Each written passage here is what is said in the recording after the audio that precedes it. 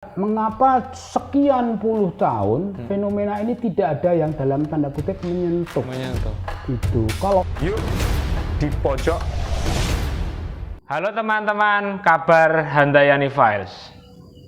Kembali di pojok dengan sesuatu yang spesial.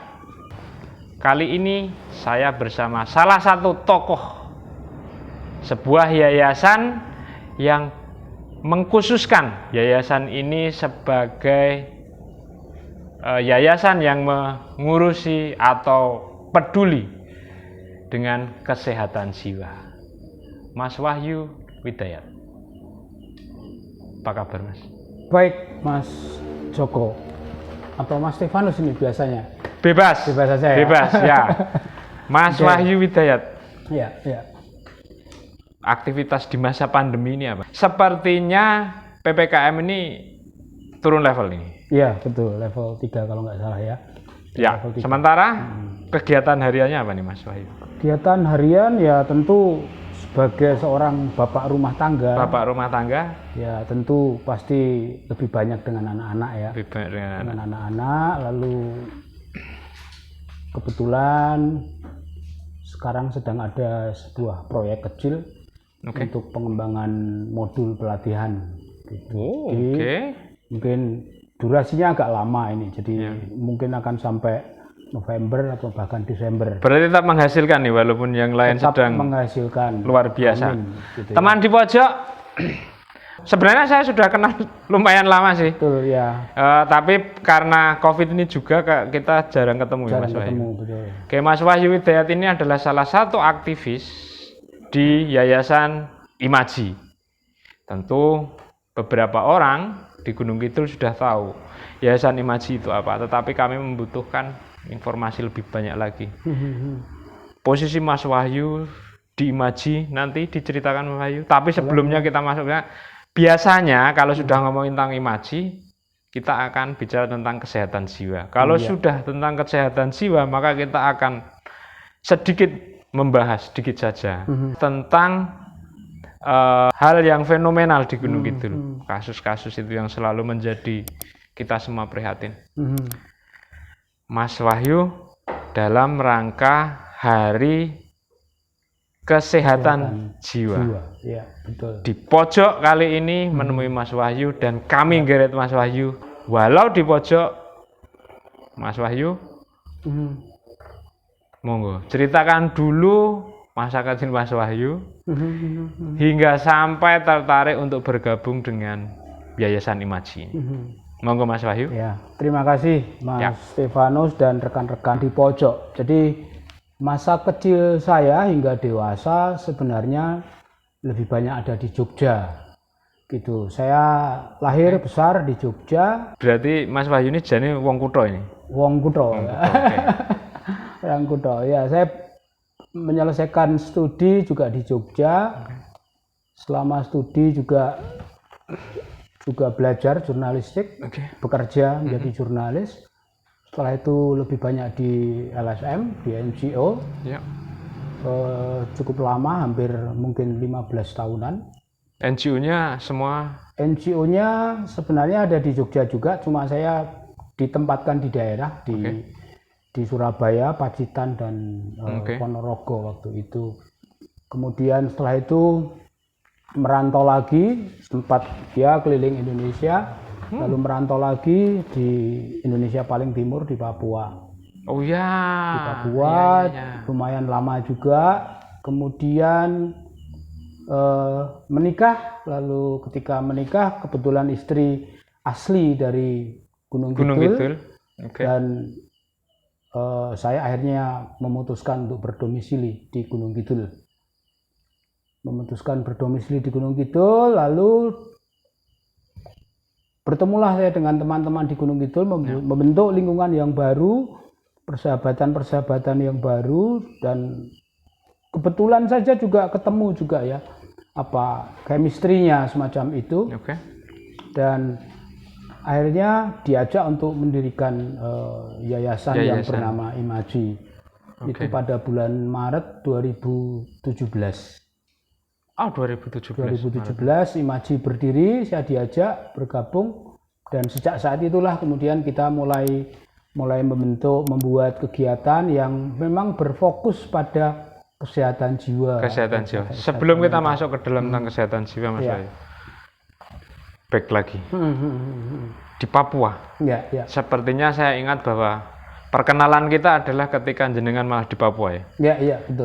Kebetulan kita seneng sama-sama hobi foto, terus kebetulan kita juga baru bertemu beberapa tahun kemudian. Iya, betul. Sebenarnya yang jenengan lakukan di Papua waktu itu?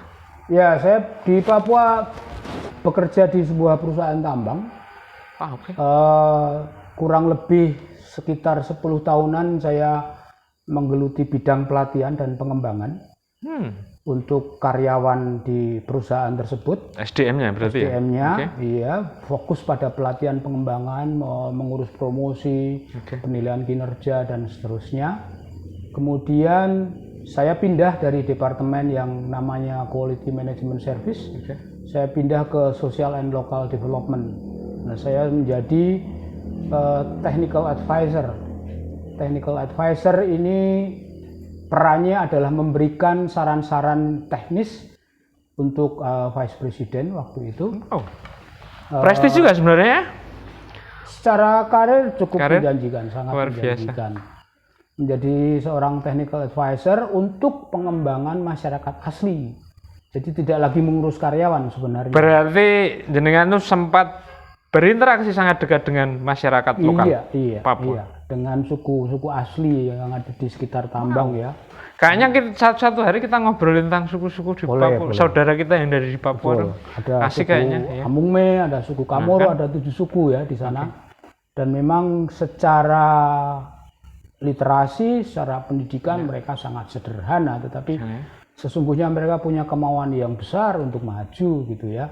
Mungkin karena ketertinggalan sekian puluh tahun yang ada di negara kita pada waktu itu, sehingga membuat mereka terasing sebenarnya. Merasa terasing mungkin. Terasing di negerinya sendiri barangkali begitu. Dan disitulah peran saya kadang memberikan nasihat, memberikan saran pengembangan, membuat program pengembangan untuk mereka. Untuk nasionalisme juga jenengan? Untuk nasionalisme ya saya tidak bisa banyak berperan karena memang mereka tentu punya pemikiran, punya hasil bentukan yang berbeda dengan kita ya. Mungkin sejak kecil kita sudah dikenalkan dengan PMP dan sebagainya pada waktu itu, tapi tentu mereka jauh sekali berbeda karena kedekatan mereka dengan Belanda menurut saya jauh lebih kuat dibanding kedekatan mereka dengan Indonesia. Ya, sebut saja nama-nama di Papua itu masih banyak menggunakan nama-nama Belanda juga. Itu menarik sebenarnya, menjadi kajian sosial maupun kajian antropologi yang menarik. Satu hari tetap di pojok kita ngobrolin ini. Kayaknya buat pengalaman untuk kita bagikan teman-teman. Iya, betul. Kayaknya keren banget. Iya.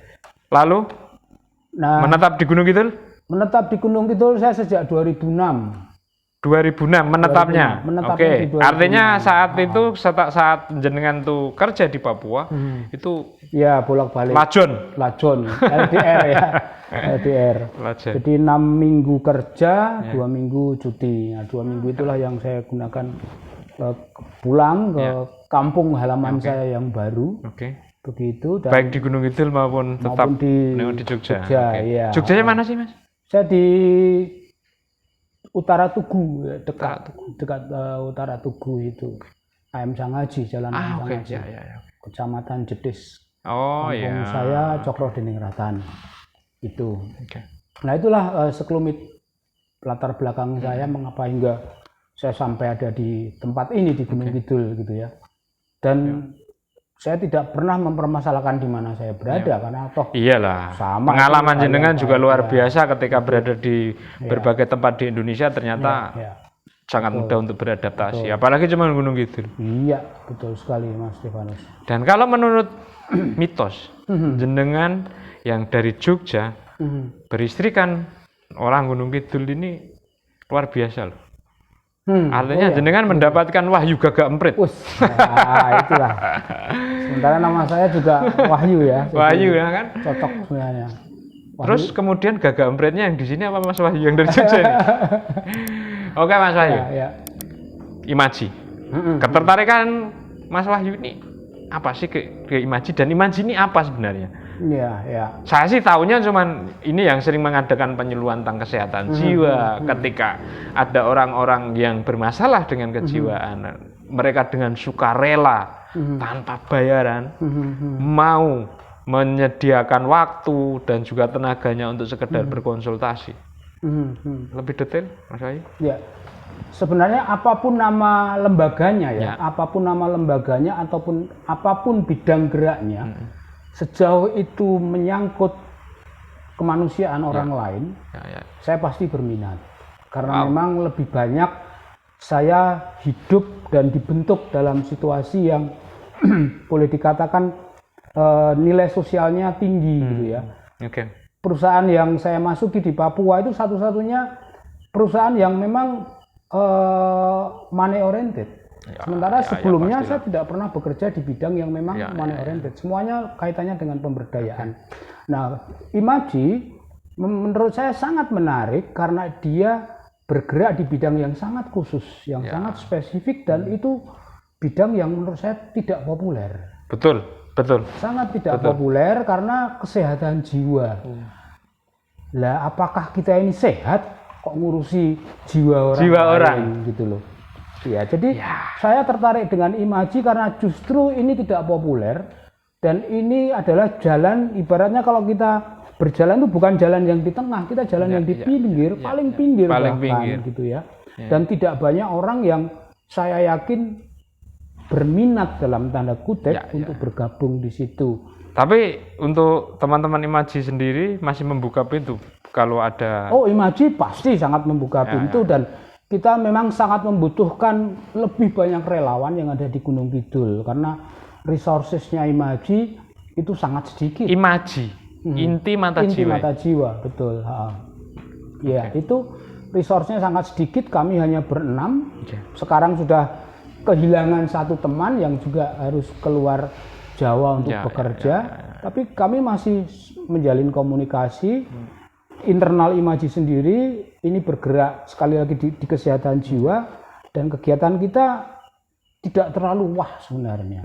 Kegiatan kita tidak terlalu wah, lebih banyak sosialisasi, konseling, kemudian memberikan edukasi begitu ya terkait dengan kesehatan jiwa. Nah, ini yang mungkin jarang orang menyadari bahwa kita butuh itu sebenarnya. Kalau boleh saya simpulkan, teman-teman yang di Imaji ini memang punya spesialisasi tempat curhat. Kurang lebih seperti itu kan. Jadi ketika saya bermasalah, Mas Wahyu, ayo ngobrol. Kayak gitu kan. Nah, dari sini, dari Imaji ini, apa sih yang jenengan dapatkan? Apa yang saya dapatkan dari Imaji ya, kalau jelas saya tidak mendapatkan sesuatu yang sifatnya finansial, tidak. Tidak ada yang saya dapatkan. Sama sekali tidak ada. Tapi justru yang saya dapatkan adalah keterbukaan orang lain. Itu membuat saya semakin kuat gitu loh. Jadi ketika orang lain bisa terbuka dengan saya, itu artinya bahwa saya dipercaya oleh orang tersebut untuk berbagi dengan saya, dan saya bisa memberikan sesuatu yang juga saya miliki. Saya tidak mengambil sesuatu dari luar yang sangat teoritis bahkan, tetapi pengalaman-pengalaman saya selama berhubungan dengan orang lain dari Sabang sampai Merauke ini ternyata berguna untuk mereka yang konseling dengan saya. Jadi keterbukaan mereka itulah yang justru memperkuat saya gitu. Tidak ada orang di dunia ini yang tidak punya masalah. Saya yakin gitu. Ya, setuju. Tapi bahwa kesediaan kita untuk mendengar, kesediaan kita untuk memberi, berbagi cerita, berbagi pengalaman, atau bahkan sekalipun hanya mendengar, itu sudah luar biasa. Nah, ini yang saya peroleh dari Imaji. Sebenarnya yang saya peroleh dari Imaji itu kalau dalam bahasa muluk-muluknya itu itu sebuah spirit sebenarnya. Saya memperoleh spirit baru dari rekan-rekan Imaji itu sendiri maupun dari orang yang membutuhkan konseling ya, membutuhkan konseling. Itu entah itu mahasiswa, entah itu seorang ibu, entah itu bapak-bapak, dan saya tidak bisa membatasi kalau konseling dengan saya, ngobrol dengan saya hanya seputar masalah A, tidak bisa. Apapun bisa masuk di telinga saya, di hati saya, dan itu sih yang juga saya rasakan ketika kita ngobrol. Betul. Kita bisa ngobrol apa saja kan, walaupun mungkin dengan terbatas dalam pengetahuan, tapi paling tidak kita bisa ngobrol banyak hal. Betul. Mas Wahyu, selama di Gunung Kidul ini dan bergabung dengan teman-teman Imaji, apa saja yang jenengan lakukan bersama teman-teman Imaji? Ya, sejauh ini memang di Imaji, fokus saya sebenarnya dengan rekan-rekan, bidang saya itu menangani tentang penelitian dan pengembangan. Litbang, tapi Litbang. Maaf, kalau nggak salah, jenengankah wakil ketua lah dalam yayasan ini? Betul. Sekaligus lebih banyak ke Litbang ya. Litbang. Nah, luar biasa. Memang selain melayani mahasiswa untuk menyusun skripsi atau tesis begitu, saya juga terlibat dalam sosialisasi, edukasi dengan masyarakat secara umum, dan juga menjalin relasi dengan pihak lain, membangun networking dengan pihak lain yang memang punya misi dan visi yang kurang lebih sama gitu. Kalau untuk mahasiswa, universitas mana atau kampus mana yang pernah? Yang pernah kita bantu itu IAIN Kalijaga, kemudian Universitas Negeri di Jogja, kemudian Ahmad Dahlan, kemudian Atmajaya, kemudian terakhir Sanata Dharma. Kayaknya ada Universitas Presiden yang dari Jakarta, Presiden University ya. Presiden University. Ini sebenarnya mereka datang jauh-jauh dari Jakarta dan itu luar biasa. Kayaknya saya pernah ikut terlibat itu. Maksud saya ketika ada pertemuan kita sebutnya seminar, pelatihan kecil-kecilan kayak gitu. Waktu itu kayaknya saya bersama teman-teman Info Cegatan Gunung Kidul ikut terlibat. Betul. Itu Presiden University. Ya, saya ingat. Nah, mereka kan punya ketertarikan yang luar biasa ya. Jauh-jauh dari Jakarta datang ke Gunung Kidul hanya untuk belajar tentang bagaimana Imaji ini mengembangkan visi dan misinya dalam konteks pendampingan masyarakat. Ini kan luar biasa. Jadi sebenarnya ketika mereka itu belajar ke Gunung Kidul itu belajar tentang Imajinya. Tentang Imajinya. Mengapa ada lembaga yang bernama Imaji yang mengkhususkan diri di bidang kesehatan jiwa. Luar biasa. Nah, ini menarik karena mereka kemudian kerjasama ini tidak berhenti hanya selesai pelatihan, tetapi hingga hari ini mereka masih membantu kita dalam hal pengembangan web. Mengelola kontennya, kemudian bagaimana tentunya memberi masukan-masukan terkait betul. Itu ya kita kan relatif sudah berumur dalam pengertian mereka yang jauh lebih paham dengan dunia digital, support mereka ada di situ. Kalau yang dilakukan teman-teman Imaji dengan masyarakat, apa aja? Terus mungkin di mana saja di Gunung Kidul atau hanya bergerak di Gunung Kidul saja? Ya, de facto memang Imaji hanya di Gunung Kidul. De facto. Imaji sudah menjangkau hampir 1.000 orang. Kira-kira secara de facto memilih Gunung Kidul ini karena persoalan yang selalu fenomenal setiap saat ini, atau karena memang ada sesuatu yang lebih menarik daripada sekedar persoalan yang begitu selalu menjadi fenomenal lah. Terkait dengan saya tidak menyebut bagaimana mereka menghilangkan nyawa mereka sendiri, tapi yang saya maksud adalah itu. Iya. Saya kira ini kompleks. Dalam pengertian begini kompleksnya. Gunung Kidul itu kan punya masa lalu yang luar biasa. Masa lalu yang luar biasa. Dari faktor, dari sisi ekonomi, dari sisi kebudayaan, dari sisi sejarah, itu kan tercampur. kemudian ini membentuk sebuah image tertentu di luar, yang kemudian ini menjadi daya tarik gitu. Nah, pengalaman masa lalu Gunung Kidul ini sudah menarik, apalagi kemudian ditambahkan peristiwa-peristiwa yang aktual. Dan itu memang fenomenal, extraordinary istilah saya. Ya, peristiwa yang luar biasa. Ini menjadi bumbu yang kemudian membuat orang itu takjub gitu ya. Apa karena berdasar pada masa lalu Gunung Kidul yang sedemikian, saya nyebutnya asik sajalah, demikian asiknya, itulah yang membentuk karakter orang Gunung Kidul saat ini, yang kemudian menarik teman-teman Imaji untuk mengkhususkan diri pada ruang kesehatan jiwa ini. Tidak juga sebenarnya, Mas. Juga. Jadi mengapa Imaji kemudian memilih bidang gerak di kesehatan jiwa? Sebenarnya lebih karena fenomena itu sendiri. Karena fenomena itu sendiri yang kemudian membuat kita tergerak. Mengapa sekian puluh tahun fenomena ini tidak ada yang dalam tanda kutip menyentuh. Gitu. Kalau faktor kesejarahan dan sebagainya, saya kira itu memang bagus juga untuk menjadi latar belakang. Tetapi kita semata-mata bahwa ini kita perlu bergerak dalam tanda kutip, membantu, menolong sebisa mungkin dengan kemampuan kita, karena kita tidak ada supporting apapun dari pihak di luar kita. Gitu. Itu yang harus tetap dijalankan, saya kira. Kalau soal sejarah, budaya, ekonomi masa lalu Gunung Kidul, itu background yang memang juga luar biasa menarik. Tapi bahwa faktanya Gunung Kidul boleh dikata 4 tertinggi di Indonesia. 4 ya? 4 ini harus digarisbawahi, 4 tertinggi. 4 tertinggi di Indonesia itu sudah luar biasa. Luar biasa dalam pengertian ini bukan persoalan yang main-main gitu loh. Ini persoalan serius dan sungguh bahwa kita harus aware dengan yang namanya kesehatan jiwa. Nah, berdasarkan ini tadi, apa saja yang jenengan lakukan di Gunung Kidul bersama masyarakat ini?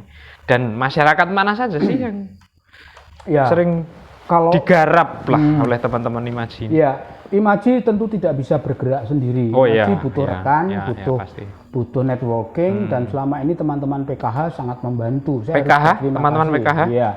Wow. Kami harus berterima kasih dengan teman-teman PKH karena mereka lah yang kemudian mengajak kita bisa sampai ke lapangan, menjangkau ibu-ibu, menjangkau anak-anak, remaja, bapak-bapak, hampir 1.000 orang yang sudah mengikuti pelatihan kita dari ujung timur sampai ujung barat. Kita sudah hampir semuanya terutama yang sisi-sisi daerah-daerah di sisi mana barat itu hampir semuanya, di desa-desa tiap kecamatan sudah.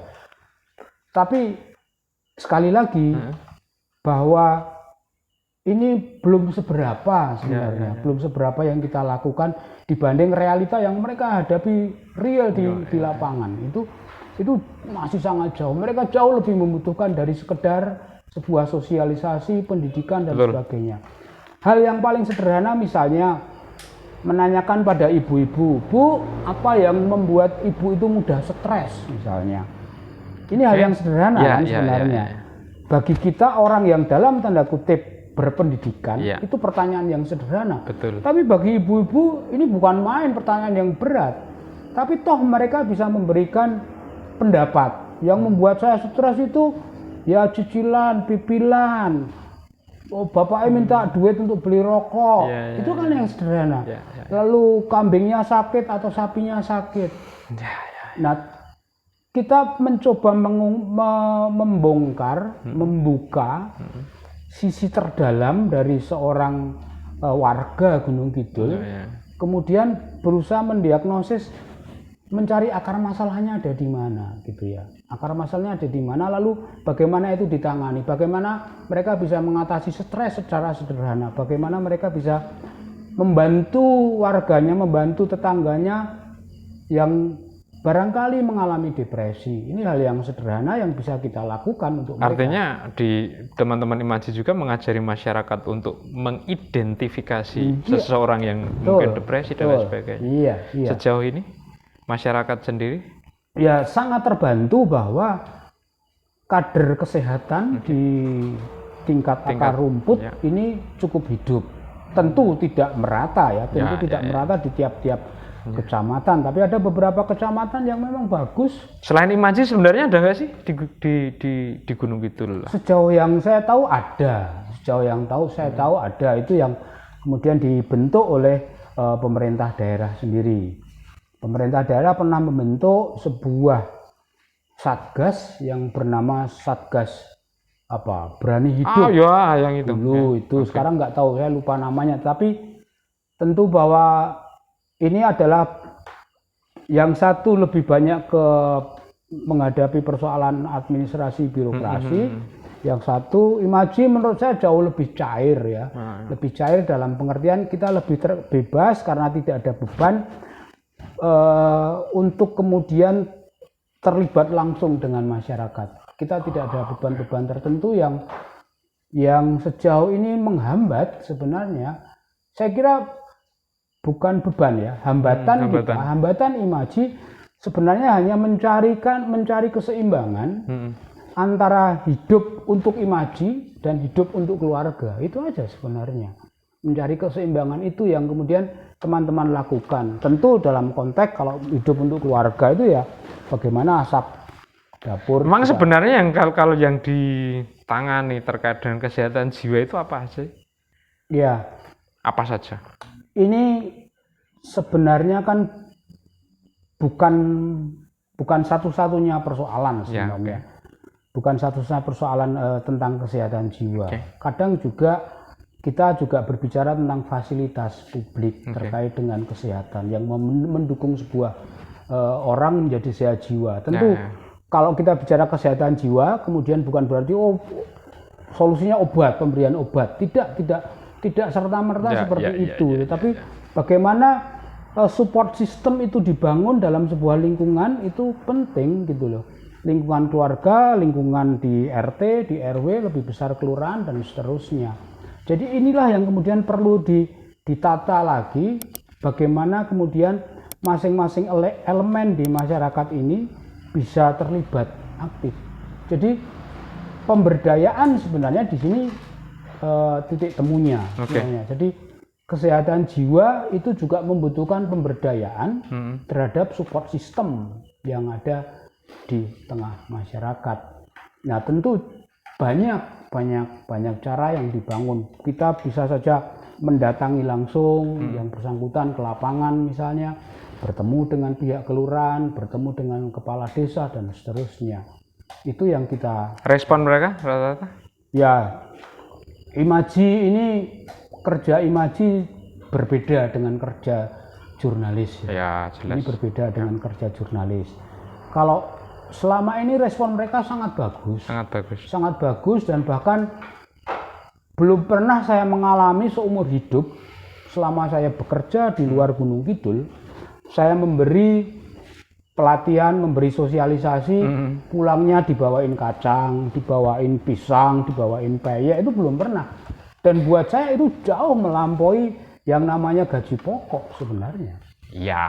Dalam konteks kerja kemanusiaan, ini konteksnya kerja kemanusiaan. Jadi sebenarnya itu hal yang lumrah untuk masyarakat Gunung. Iya, betul. Itulah yang kemudian juga itu tradisi seperti itu juga layak untuk tetap dipertahankan ketika iya, setuju saya. Persoalannya adalah memang kadang orang sekarang kan berpikirnya lagi ada tanggung apa nih gue koyong ini kayak gitu ya. Mungkin seperti itu, padahal kan ada nilai-nilai yang khusus. Tapi kalau saya melihat teman-teman Imaji dalam pergerakannya, apakah mereka seolah-olah mereka mencoba mengalihkan stigma yang selama ini sudah balung sungsum masyarakat Gunung Kidul terkait dengan pulung gantung. Ya. Sebenarnya. Atau malah justru ingin mengungkap fenomena pulung gantung ini teman-teman Imaji. Ya. Konteksnya adalah Imaji memang selalu berbicara bahwa persoalan diri, taruhlah seperti itu. ini adalah soal depresi, soal kesehatan jiwa, soal pelaku mengalami depresi selalu. Itu yang kemudian ditangkap masyarakat bahwa Imaji itu selalu bicaranya soal depresi, soal stres. Padahal sebenarnya tidak. Ini yang kemudian identik sekali ketika ada sebuah kejadian. Maka beberapa orang akan ingat, enggak Imaji ngapain dan lain sebagainya. Karena Imaji seolah-olah sudah identik pada persoalan yang selalu fenomenal ini. Padahal ternyata yang dilakukan tidak. Sebenarnya bukan menuju ke situnya, tetapi pada kesehatan jiwanya ya. Iya, betul. Diri itu hanya salah satu sebagian kecil dari permasalahan terkait kesehatan jiwa. Fokus kita sebenarnya ke kesehatan jiwa. Kesehatan jiwa dan diri itu dua hal yang berbeda. Gitu. Ketika kita memahami sebuah kesehatan jiwa, kita melakukan studi interdisipliner. Mungkin dari ekonomi, dari sosial, antropologi, bahkan dari sosiatri, psikologi, itu kita pelajari juga. Sebentar. Gitu. Antara kesehatan jiwa dan diri adalah sesuatu yang berbeda. Apa kemudian ini juga pengakuan bahwa tentang pulung gantung itu memang ada? Nah, ini menarik. Atau bagaimana kita mengupasnya? Menarik. Begini, Mas Stefanus. Kalau ada orang yang bisa meyakinkan saya bahwa pulung gantung itu ada, maka saya akan mengatakan ya ada. Kalau ada orang yang bisa meyakinkan saya yang bisa meyakinkan saya bahwa pulung gantung itu memang ada, Mas Wahyu, lalu membuat saya bisa percaya gitu ya. Tetapi sejauh ini belum ada orang yang bisa meyakinkan saya bahwa pulung gantung itu ada. Sehingga sampai hari ini, sampai malam ini, detik ini, saya masih mengatakan pulung gantung itu tidak ada.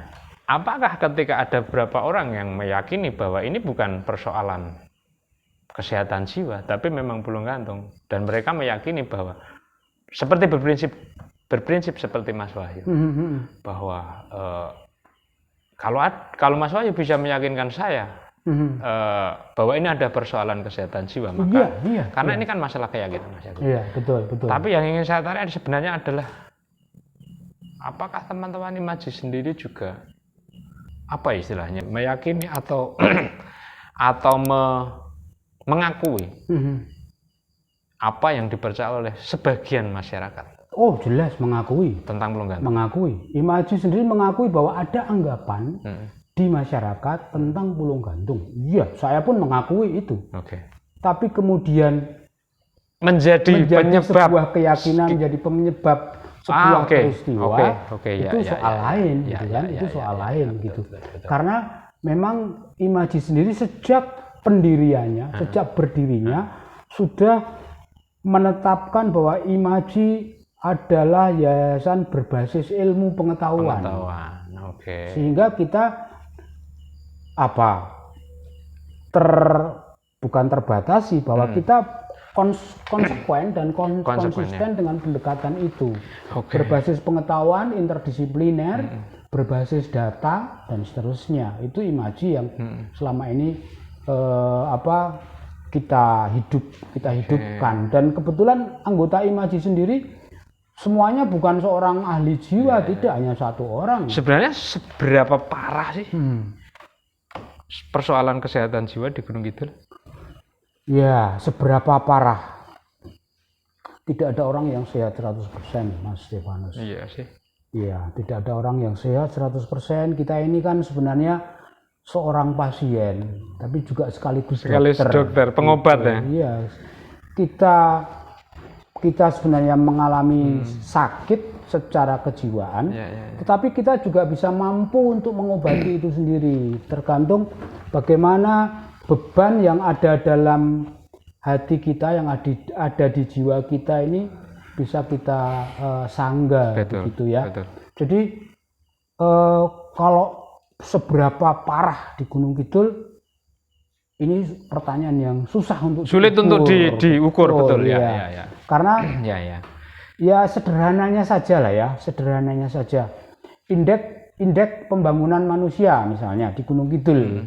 Berapa sih indeks Gunung Kidul? Nah, dibandingkan dengan kabupaten lain bagaimana? Pertama itu, yang kedua indikator indeks pembangunan sendiri sudah diubah atau belum. Kalau itu diubah, ya semakin kita sejahtera bisa jadi. Betul. Semakin itu mengubah apa rasa bahagia seseorang gitu. Kalau di luar di negara-negara yang sudah maju ada indeks kebahagiaan. Kita belum pernah mengukur indeks kebahagiaan di Gunung Kidul. Apakah kita ini orang-orang yang bahagia? Kalau sudah bicara indeks, sepertinya memang harus ada peran serta pemerintah untuk memberi ya. Yang karena walaupun mungkin teman-teman Imaji memberi data indeks, mungkin masih belum bisa dipercaya. Iya. Kalaupun Imaji ada, pasti juga berasal dari pemerintah ya. Artinya dari pusat, dari BPS, Badan Statistik misalnya. Kalau harapan teman-teman Imaji sendiri terkait dengan pemerintah? Iya, saya kira pemerintah jangan lelah lah pemerintah. Pemerintah jangan lelah. Pemerintah daerah ini harus mengintegrasikan seluruh komponennya, seluruh bidang kerjanya untuk fokus juga terhadap persoalan ini. Paling tidak ada sebuah ruang yang fokus untuk. Betul. Misalnya apalah namanya Jaker, jaringan kerjasama di bidang kesehatan jiwa. Jangan sampai bahwa kesehatan jiwa ini hanya seolah-olah ranahnya dinas kesehatan. Itu kan menurut saya juga tidak oke lah. Dinas kesehatan memang mewakili pemerintah, tapi mari dinas kesehatan juga dibantu. Tapi kalau melihat gerak teman-teman Imaji, artinya teman-teman Imaji justru mendidik masyarakat untuk mandiri dalam penanganan kesehatan jiwa sendiri. Kalau hanya memberi masukan, memberi harapan terhadap pemerintah, tentu oke-oke saja. Itu baik-baik saja. Itu tugas seorang warga di kabupaten ya untuk memberikan masukan kepada pemerintah daerah. Tetapi Imaji sendiri pasti secara mandiri berusaha untuk sekuat tenaga pada jalurnya. Itu yang menurut saya paling penting. Luar biasa. Jadi, tetap semangat ya. Iya, harus semangat. Teman-teman Imaji. Sebisa mungkin. Kita harus membantu. Closing statement Mas Wahyu.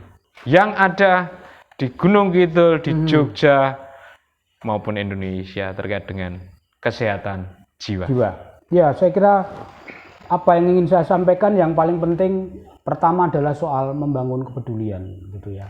Kita perlu membangun kepedulian dan tentu selain kepedulian ini juga kita harus memperkuat support system di masyarakat kita.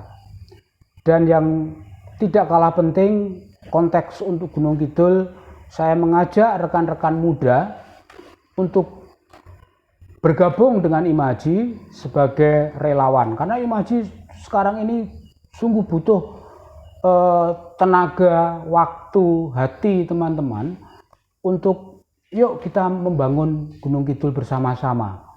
Ini tanah kita dan di tanah inilah kita juga akan menyelesaikan tugas-tugas kemanusiaan kita. Saya kira itu, Mas Stefan. Tetap di pojok saja.